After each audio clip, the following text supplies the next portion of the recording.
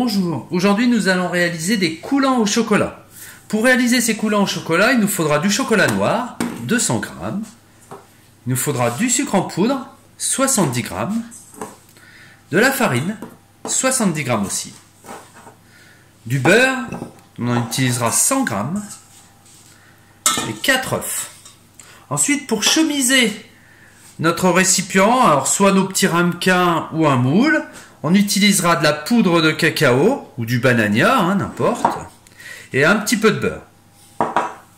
Donc pour commencer, je vais démarrer un bain-marie et je vais mettre mon chocolat à fondre au bain-marie. Avec mon chocolat à fondre, je vais rajouter le beurre que je vais couper en petits morceaux.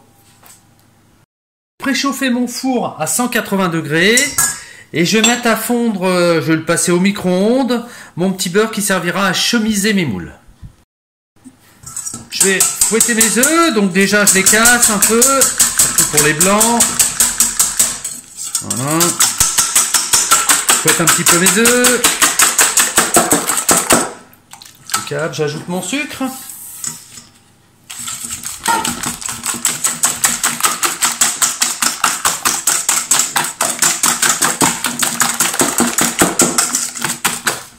J'ajoute ma farine.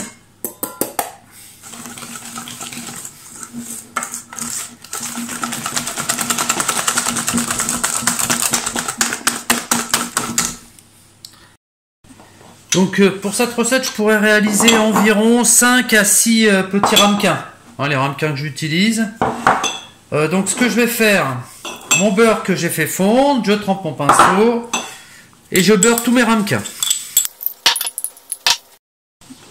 Mon cacao, hop, je le vide dans un.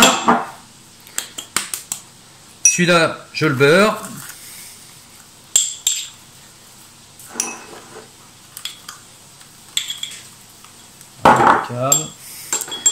Et maintenant, je chemise mon moule. Donc au lieu de prendre de la farine comme on fait habituellement, ce que je fais, c'est que je beurre et je mets de la poudre de cacao.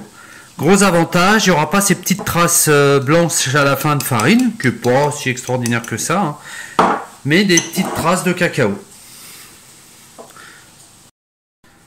Mon chocolat et mon beurre a fondu, donc je mélange bien l'ensemble. S'il reste des petits morceaux de beurre qui ne sont pas complètement fondus, je mélange bien pour faire un mélange assez homogène. Voilà, qu'il ne reste pas un morceau de beurre. Voilà, c'est parfait. Mon chocolat et mon beurre ne font plus qu'un. C'est un mélange lisse et très brillant. Donc ce que je vais faire, je vais mélanger mon chocolat avec mes œufs, ma farine et mon sucre. Hop. À l'aide d'une maryse, je récupère tout.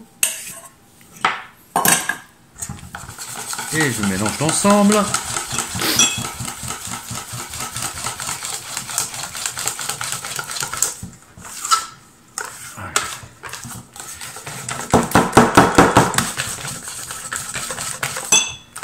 Voilà, je mélange bien pour que ça me fasse vraiment un bon mélange uni, qui est de morceaux de rien. Parfait. Et ben j'ai fini mon moelleux au chocolat. Il me reste plus qu'à le mettre dans des moules et à le mettre au four.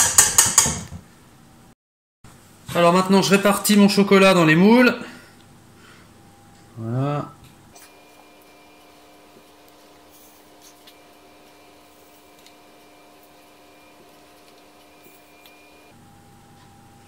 Ce sera plus 5 que 6. Si vos moules sont pas assez remplis, malheureusement il n'y a pas assez de produit dedans, c'est pas agréable. Et on ne retrouvera pas ce côté coulant. Donc il faut quand même remplir les moules. Maintenant que mes ramequins sont prêts, hop, moi je vais les mettre sur un petit plateau, mais c'est pas obligatoire, on peut la mettre sur la plaque du four. Et je vais les enfourner à 180 pendant 14 minutes. Donc pour les cuissons des moelleux, on est entre 8 et 15 minutes.